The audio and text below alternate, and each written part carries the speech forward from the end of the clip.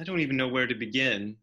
Mm, So I was thinking since I'm going to put this on YouTube, for the people who don't know who you are, maybe you can introduce yourself better than I can. I mean, I know you as a guy I met in Cleveland who seemed like a really, really sincere Buddhist teacher, but I don't really know all your background or anything. So maybe, you could tell me. sure. So, do you want me to start at the beginning, like how I got into Buddhism, Yeah, or? yeah, because I'd be interested. All right, yeah, we'll start there. So, grew up in the evangelical Christian church. So very strict religious upbringing. Wasn't allowed to read the Harry Potter books or play Wow. pinball at the arcade, things like that. Very fire and brimstone sort of view of religion. And what that instilled in me was this idea that goodness equated to self-worth. Okay. So I spent a lot of time just trying to be good whatever, at whatever I was doing. So I always wanted to be the best at everything. And that actually worked out well for me to a certain extent. Materially, I got good grades in school, I went to college, got good grades, got a job, worked up the corporate ladder, um, was in the Marines, that sort of thing. But I guess I just always had this idea that eventually I would get this job or this promotion or this something that would fill that gap in me and give me that feeling of goodness, of self-worth that I was looking for. Right. And that just didn't happen. Surprise, surprise. So kind of the breaking point was one year I got a bonus check at work, and it was actually a really nice bonus check. And they do the whole ceremony where they give you the big check where you take the picture, and then they give you the actual small one that you can cash. And Mm-hmm. I did all of that, and it wasn't just me. They did this with other people in the call center as well. But point is, I went home, I sat on my couch, and I looked at this check, and I was just kind of like waiting for something to happen. Yeah. Like, okay, I'm gonna feel good in 5, 4, and it just never happened. Mm. So at that point, that's when I turned to spirituality. And I started reading some books on Buddhism. I read your book, Hardcore Zen, which was one of the first books that actually kind of made sense to me. No, that's good.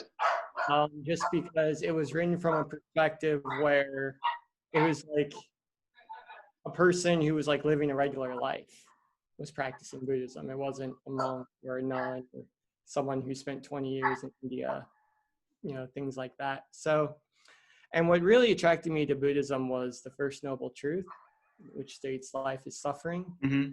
And the reason that like attracted me so much was because I was living this life on the surface that looked really great. And everyone was telling me that I should be fine. That was all in my head.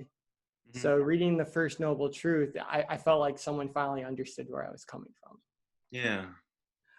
So that's what led me to start practicing Buddhism. And that went really well. But the issue I ran into was I wasn't sure that I could both practice Buddhism and keep my regular job at the same time. Okay. Because I do this 2-day, 3-day retreat, and I feel really good, very clear-headed afterwards. And then I'd go to work, and people are like yelling at me over the conference call, and I'm fighting with other people trying to get a promotion, and it's just it just didn't blend. So that's when I gave away all my possessions. Wow. And I spent 8 months living and working on organic farms. Living where? Living and working on organic farms. Oh, okay. Okay. So essentially I kind of, in my mind, this was a sort of spiritual retreat. Sure. Yeah. What I would do is in the morning, I'd wake up, I'd meditate for 2 hours.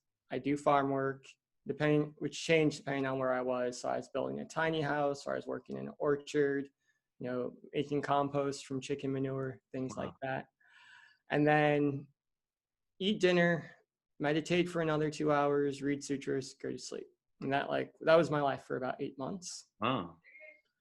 And that was interesting. I learned a lot. I went really deep into the practice, but then I also learned something about suffering, which is that it follows you Yeah, everywhere. yeah. So I had the suffering from when I was in the corporate world of, that life and boardrooms and promotions and Hmm. bonus checks. But then I was also on the farm, and now I have that suffering where, it's 95 degrees out and horse flies are biting me, and Jeez. it's supposed to be my day off, but it's about to rain and we have to get the hay in. So, put on your boots and let's go. That sort of Yeah. thing. Where were you doing this? Like, what part of the world? What part of the country? In the United States, in Okay. India, or not India, Indiana. Okay. Right. Indiana and upstate New York. Okay. Yeah. And were these farms like Buddhist oriented, or you were doing your Buddhist thing as a part of this? Or? I was doing my Buddhist thing as a part of that. Okay. So yeah, so these weren't Buddhist communities I was a part of. There's actually a website you can go to, atra.ncat.org. And you just go on, and people say we need a farmhand for 3 months to do XYZ, and then you reach out to them and you strike a deal basically. Wow. So I was doing that, but then realizing that, okay, I can't escape my suffering. I have to learn to deal with it and live within it and work with it skillfully. So at the end of 8 months, I went back to the corporate world, got the apartment again and all that. And ever since then, my focus has just really been on how do I blend my Buddhist life with my ordinary life, Mm-hmm. and just how do I find Buddhist teachings in like everything that I do, washing dishes, feeding the cat, stuff like that. I mean, that's the thing, isn't it? What form of Buddhism were you practicing and studying? Sure. So I started in Korean Zen tradition, the Okay. Quantum School of Buddhism. I was at the Indianapolis Zen Center with Pope Link Rhodes. Okay. I don't know that person, but I know the Quantum School. So Yeah. So the 108 bows. yeah, that's what I was gonna say. A lot of bowing. Yeah. Lots of bowing, lots of chanting, and then when I came back, back to the to ordinary life, I began practicing at Cloudwater Zendo, the Zen Okay. Cleveland, In Cleveland, yeah. with Venerable Shin Fa, which is a Chan Buddhist tradition. Okay. Yeah. I've been there a couple of times, but it's so long ago that I've probably forgotten everything important about, the place. Yeah. So I practiced there, and then I also practiced with Reverend Koyo Kubose, who is a non-sectarian Buddhist teacher. Okay. Is, Yeah, is, is he related to Gyome Kubose? that's Or his son. Yes. okay. Okay. I think we've talked about this, but I just wanted to make sure. Yeah, because I sat with Gyome M. Kubose a handful of times when I lived in Chicago. I Okay. I'd been studying Zen with Tim McCarthy in Ohio. Then I moved to Chicago for a few years, and I didn't like most of the purely Zen places I visited in Chicago. I mean, it wasn't like I hated them, but the one that I felt most comfortable with was Reverend Kubose's place, which is Pure Land and not Zen, but they do a Zen. They do Zen every morning. They do Zazen every morning. So Right. Yeah. No. Absolutely. So, Reverend Gyalme started the Chicago Buddhist Temple, Buddhist Temple, which is still there. mm-hmm. And then his son, Reverend Koyo, when he moved to California, he's in Course Gold now, and he has the Bright Dawn Center of Oneness Buddhism, kind of Okay. carrying on his father's legacy. Yeah, he was a great guy. I mean, there was just something about him that felt right. That I think that was the main thing between him and the teachers that I visited in Chicago, was that he just had this good feeling to him. It wasn't even sort of this intellectual thing of the the teachings or anything. I was just felt like he was a guy I could just feel good about being around. Yeah, he lived it. He really lived Dharma, and that comes across. His book, The Center Within, was really inspiring to me. I read that book right after I left the farm. Mm-hmm. And that's when I was first introduced to this idea of Buddhist spirituality in daily life. Hmm. and blending the two. Because in Pure Land Buddhism, the way that Reverend Gyomay understood it was that this world we live in is the Pure Land. Oh, okay, yeah. Then our work then is to purify our minds so that we can see it that way. That's a great way of looking at it. It Let me really, shut the door for a second. The dogs are really. barking. So that's great. And who you got an ordination then? It was who was that through? That was that was through Reverend Kakuyo. Okay, which is why you have the Japanese Dharma name. Exactly. Yes. I should know what Kokuyo means, but I don't. What is it? Solid sun. Oh, that's great. Yeah. So it's interesting in the bright dawn tradition. So Yome means bright dawn. Mm-hmm. So everyone who's ordained in this tradition has yo at the end of their name for sun. So ko yo, kakuyo, Okay. yo, things like that. Yeah, that was Nishijima Roshi tended to give people names that ended with do, because his was Gudo, and the way of, Yeah. So Gudo was the way of stupidity. And I'm Odo, which is the way of response. I'm not sure why I got that, but it's also supposed to. The Japanese like to give you a name that sounds a little bit like your given name. So I guess Odo sounded slightly like Warner. I mean, there's not a wa in it, but it sort of resonates. I think that had something to do with it. Sure. So this is great. So you've been on this the Buddhist path for how long? For about 8 years now. Okay, that's a substantial amount. That's enough to kind of know. Yeah. I feel like it's just starting to make sense now. Yeah. I think 8 years is about for me where it started to make sense, because I started with Tim and I was sort of I didn't know what the hell was going on. Started as a college student and everything, and it became important enough to my life that it became the dedication of my life. So this is big deal. Well, okay, that's that. The next part is the part I'm like nervous about talking about, because I don't know where to go. But of course, we all know there's been this huge disturbance in the country in the past week or so. And a lot of stuff has happened. It appears, hopefully to have settled down a bit now. I hope that's the trend we're going on. But it erupted very big over the last couple of days, and we both had experiences of it. Me in Los Angeles and you in Cleveland. And from what you told me in your email, it sounded like the trouble got closer to you physically than it did to me. It was a couple of miles down the road from where we were, so you could just hear the sirens and things going on, but you couldn't actually see much. Right. But you knew what was going on down there in the town. But you were saying there were Humvees in your neighborhood, and that's got to be pretty crazy. It was pretty intense. It definitely was. So especially, I think, just coming off of, and this is probably still going on, but the pandemic with COVID-19 and whatnot. So we had that. And then while that's still happening, we have, the death of George Floyd and the protests. And what ended up happening was, after the protests, they kind of cordoned off the entire downtown area. So people weren't allowed in unless they had proof of residency. People weren't allowed outside. So, Humvees and police on horseback patrolling the streets. It was a really strange thing, to be sure. Yeah, I guess so. I mean, that's and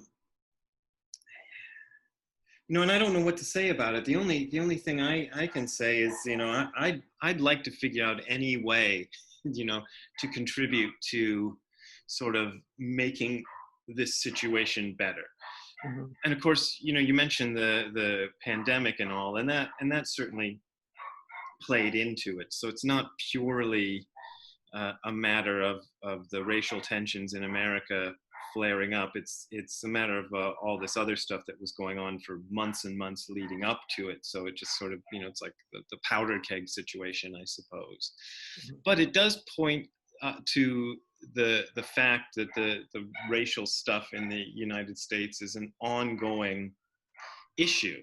I'm hearing sirens right now. I don't know what the sirens are for. It might be just a plain old whatever siren, but it could be related to the problems. I don't know. Sure. What can we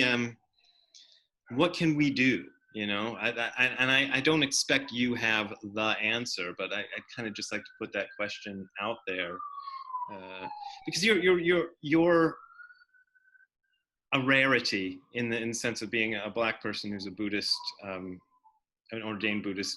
Would you say priest, or I don't know what kind of word you like to use? A lot of people I usually use minister. Minister. Okay. Mhm. And that puts you in a kind of a unique position there. Do you have any thoughts? Well, I think there's a real responsibility for people like us, for Buddhist teachers, to address issues like this, to address issues like the death of George Floyd, to address issues like racism. And I know that, I mean, everyone thinks that Buddhism is supposed to be apolitical, Yeah. but politics and morality are two very different things. Yeah. No one is saying that we should be telling people who to vote for, but killing people is not moral. Buddha For talks sure. about Yeah. that. It's the first precept. Right, absolutely. And then I just think about the teaching of Buddha nature and the idea that we're all Buddhas, and I don't understand how you could think that I'm a Buddha and you're a Buddha, but you're gonna put your knee on my neck for 9 minutes. Yeah. Right. So Well, yeah. there's clearly a separation there. And I think the primary thing that's missing is a feeling of morality and a feeling of, frankly, just the proper way to treat people. Yeah. Yeah, this is something actually I've been thinking about a lot, and it's something I'm glad you brought up, because I want to put a lot more energy into it in my teaching, is Buddhist ethics, Buddhist morality. I was actually having a conversation with somebody the other day whether the proper word was ethics or morality, but I don't think it really matters that much. But it's this idea of it's something that I think is interesting in the Buddhist tradition, because if you look at other sort of non-dual traditions in philosophy like Advaita Vedanta and some of these other ones, they don't have a strong sort of ethical component, but Buddhism does. Buddhism really puts the ethics forward first. Sure. And how do we find out how to treat people as, not, I was going to say equals, but I think Buddhism takes it further than that. We're not just treating people as equals. I am supposed to, as a Buddhist, treat you as an extension of myself, Right. and Absolutely. not even like you're equal to me. You are the same as me, Mhm. and I think we mean that sincerely. I don't think that's just a pose we put on, and say, it's not just a philosophical stance. We're just going, yeah, you are me, and I don't treat you any way I wouldn't want to be treated, Mhm. and that's really important. So I'm thinking how to do that. For me, I've decided that once we get out of this pandemic and things can open up a little bit, I'm going to start doing jukai ceremonies. I don't know do they? I don't know if they do that in the tradition you're in. It's a precept taking ceremony. Yeah. We call it Tisarana, but it's the Okay. same thing. Yeah, and I think those things are really important. I don't know if how do you feel about that kind of the precepts, or taking the precepts as a public vow, I suppose. Sure. No, I think things like ritual, I know in Western Buddhism, it's kind of the in vogue thing to kind of like get rid of anything that's ritualistic Mm-hmm. or religious or anything of that nature. But in my own practice, I've found that these things have meaning, Yeah. like real meaning. When I stand in front of my altar and I do prostrations, I'm not just doing that to do that. That does something to me on the inside. I feel different afterwards. My mind is different. The same when I light candles on my altar for Buddha, when I sit in meditation. Especially, it's interesting in Zen, it's so much a body practice of, Yeah. you sit this way, you walk this way. And it's so strange to us as Westerners because everything's intellectual for us. But, in Eastern traditions, you change your mind through your body. So the sitting, the bowing, the chanting, that all does something to you by teaching you gratitude, humility, equanimity, things of that nature. And I think ritual and ceremony is very important. You know, it is very important that we not only say we want to keep these vows, but that we have a ritual where we take them and we do that ritual in public. You know, because that's a form of commitment. That's a little bit different than I'm sitting on my couch and, well, this seems like a good idea. Yeah. Yeah. I mean, I feel like maybe I've done,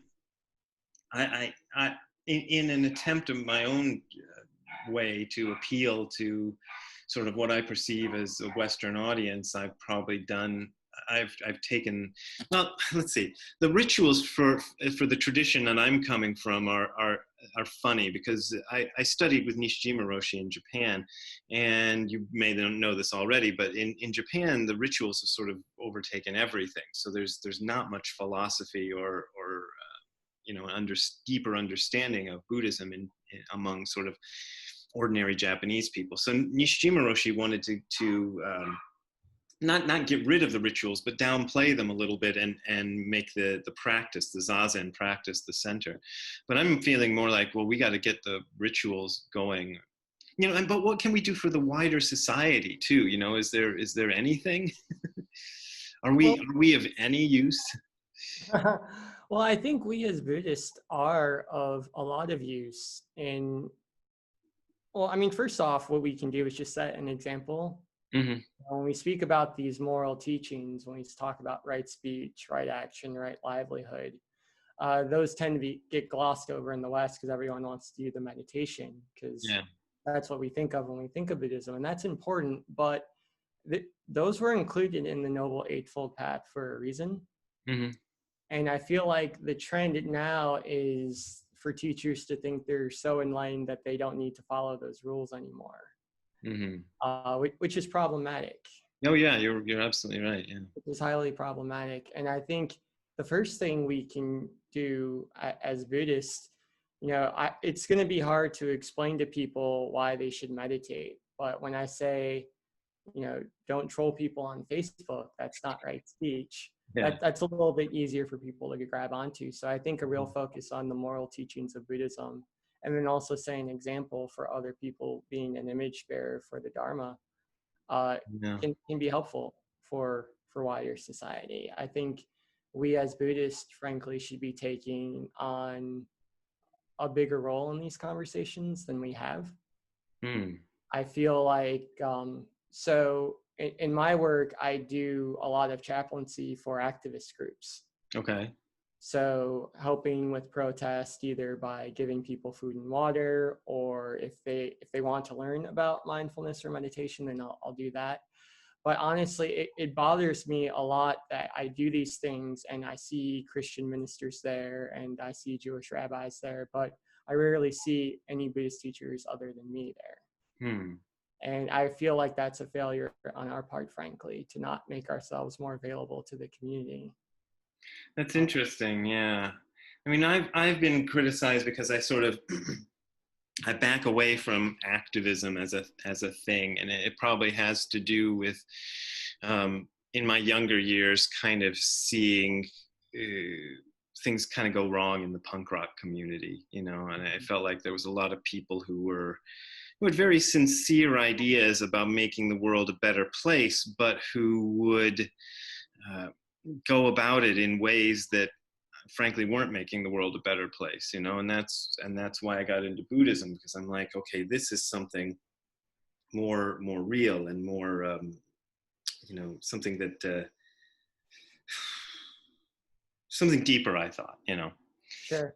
But you know, and I didn't want to get caught up in specific causes, but I like what you're saying is it doesn't necessarily matter, and correct me if I'm wrong, you know, what the cause is. If somebody is an activist, it means they have an idea that they want to bring about a better world. You know, I think that's a given. And I would say that of all the people that I even knew back then, who I was sort of disappointed in the direction that they went, was they did sincerely want to make a better world.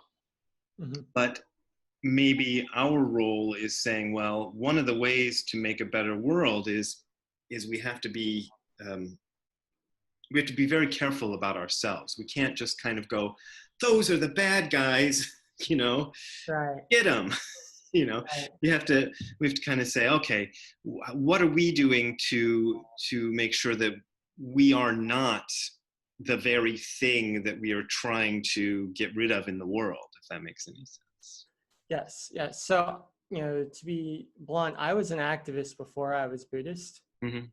So for me, activism and Buddhism really do go hand in hand. Because that was part of my learning. Is for a while I thought I couldn't do both. Mm-hmm. That being Buddhist meant being neutral, and I wasn't supposed to take sides. And you know, I just so we had an experience when I was farming, and what happened was there was a coyote, and he was trying to get at the chickens that we had. So we had an electric fence set up, and something happened with it where it just didn't work, and he was able to get through it, right? And we just happened to be there when this was happening, and we had to go and like chase off this coyote so he wouldn't eat the chickens, right? And that really impacted me, because in my head I'm thinking, well, the coyote wants to eat and the chickens, and what am I supposed to do? Yeah. And I had to pick a side. Like, I had to try to do the best I could in that situation to eliminate suffering. And I think us as Buddhists, we try so hard to please everyone that we end up not pleasing anyone. And there are situations where we try to go back into the absolute, where everything's resolved in the unborn, and there is no good or bad, etc. But we don't just live in the absolute, we live in the relative as well. And in the relative world, we don't let the coyotes eat the chickens. And when it comes to activism, we don't have to say those people are bad over there. I'm not saying we attack anyone or we throw water bottles, but if we see a cause that we believe in, then we can support that cause in ways that are nonviolent and that are in keeping with the Dharma. So my work as a Buddhist activist has been learning how to do that work. How do I support people in ways that are wholesome, that are life affirming, that are nonviolent? So me going up to a protester and saying, hey, it's hot out here, do you want some water? That doesn't mean I hate the police. Any more than me chasing off that coyote means I hate coyotes. It's just, I'm trying to help the chicken, right? And in this case, the protester needs water. So it's not me saying I hate the police because I'm giving them food or I'm giving them water. I'm dealing with the suffering that's in front of me in that moment. That's a great attitude, and I really appreciate that. Yeah, I'm just my whole these last few months I've been rethinking everything about my life, and how to go about doing it. But you're right, you do have to kind of figure out what's important, and how to make that important thing happen, Sure. And for myself, I've dedicated myself to this Buddhist practice, which is a very intense practice, which requires a certain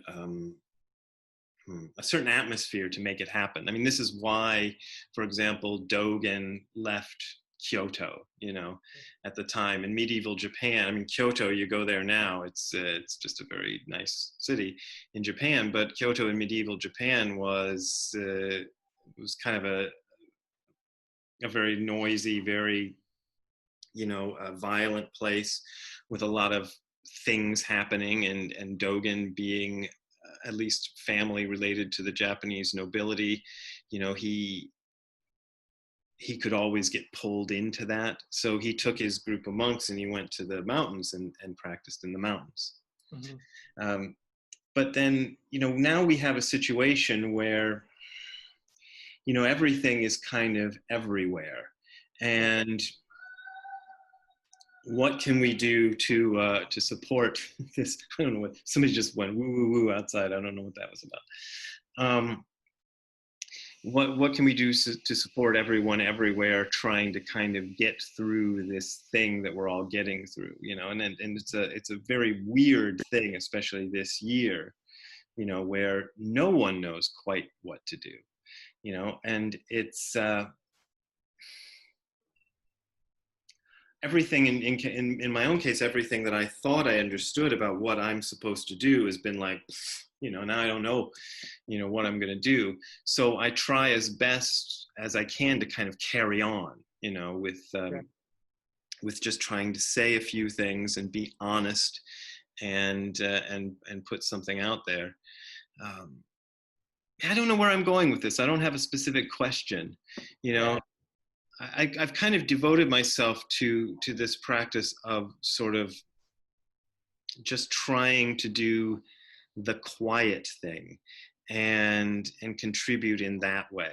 And I don't know if that's, people think that's running away, but to me it's not exactly running away. It's doing something different. I don't know if that's Yeah. Well, I mean, I tried to run away. yeah. I tried. I was all about, living on the farm and just having that be my life. But, like I said, like anywhere you go, there's some suffering, some issue that you have Yeah. to deal with. And so not having that out where we can escape, and even if we look at the Buddha himself, he was a monastic, but he was very involved in the community. That's one thing that kind of struck me, that when you read the suttas, is that they were going out in the community every day. They were doing alms rounds. They weren't up in the cave in the mountains by themselves. Yeah. And he was involved in helping with political disputes. When his country was invaded by a rival clan, he went and talked to the warlord. And Yeah, I know that story. so yeah. So I mean, he wasn't pulling back from the world as part of his practice. I always think of that word tathagata, Mm-hmm. how he who has come and he who has gone away. And I feel like as Buddhists, we do withdraw from the world at some point, Mm-hmm. but we withdraw so that we can learn something and then go back to it. Mm. And I feel like that's always my practice. Is I come home, I sit on my cushion for a while, and then I go back out, whether that's going out to my job or going out to be with my family or going out to support activists. It's like I'm coming back, or I'm coming back, and then I'm going back out again, and it's just this cycle. And I feel like what ends up getting lost is we always forget that second half. We stop the story at the point where Buddha realizes enlightenment under the Bodhi tree. Mm-hmm. And then we forget the part where he then walks to the park Yeah. helping people. And how we do that, that differs for every person. I just really try to live my life in ways that are in accordance with the Dharma. Yeah. Right. So how can I do activism in a way that's in accordance with right speech, right action, right livelihood? How can I do my job that's, again, in keeping with those moral tenets? Mm-hmm. And I really feel that's important, because if we get caught up in this idea of non-duality, and then there is no good and bad and everything's neutral, and that's where we withdraw and we just let things happen around us. Mm-hmm. But that's not something I see when I look at the Buddhist teachers that came before us. Mm-hmm. Yeah, I'll stop there.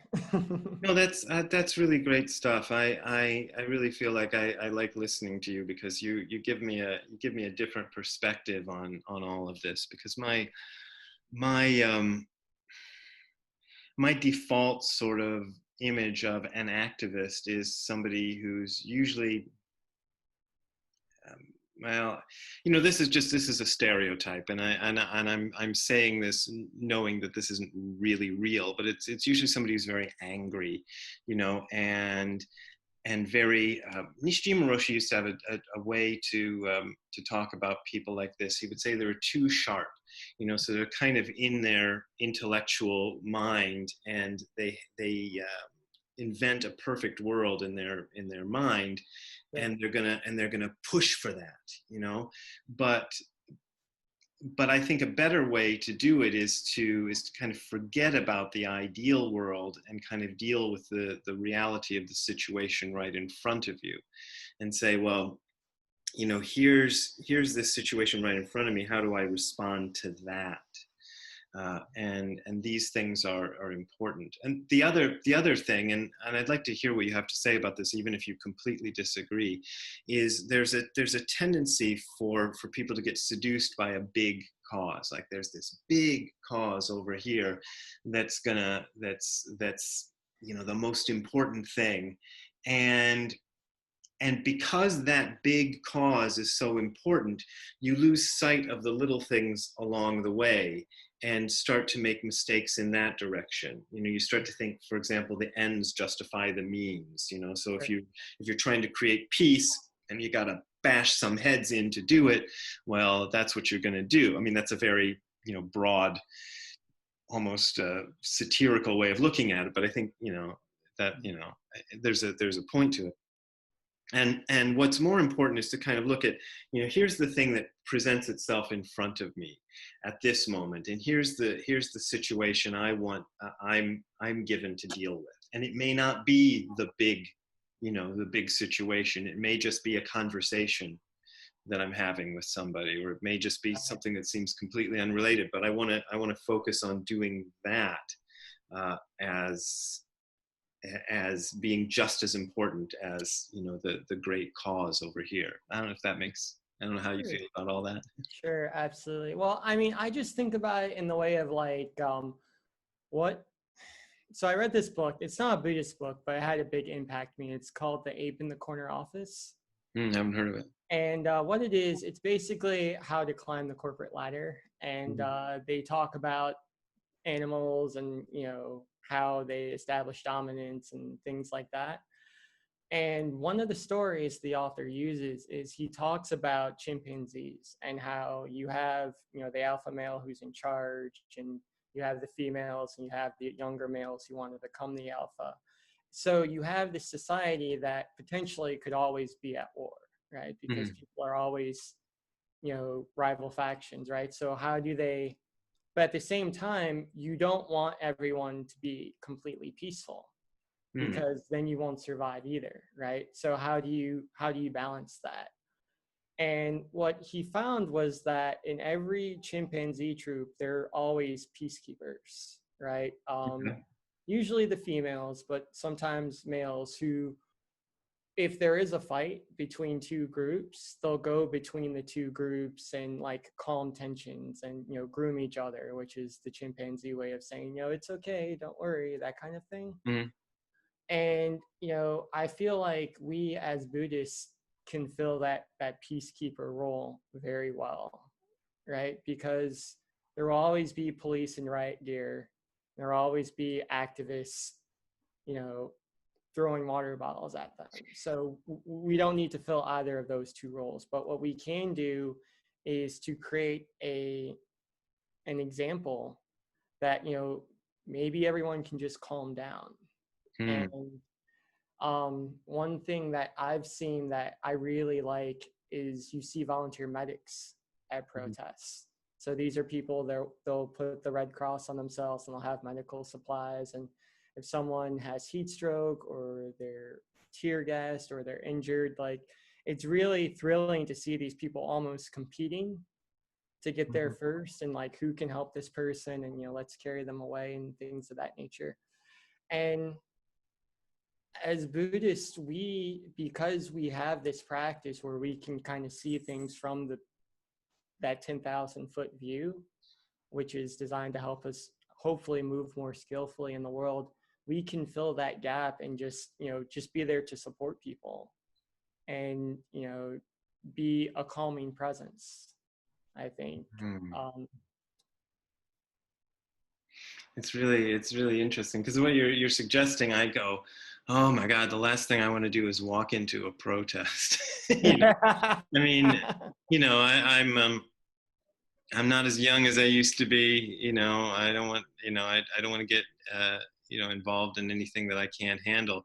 But at some point, you have an ability, or you have something to offer. So, there has to be a way to sort of offer that in a sensible manner that doesn't end up exacerbating the problem somehow. And that's kind of what I'd like to figure out, as a method. Yeah.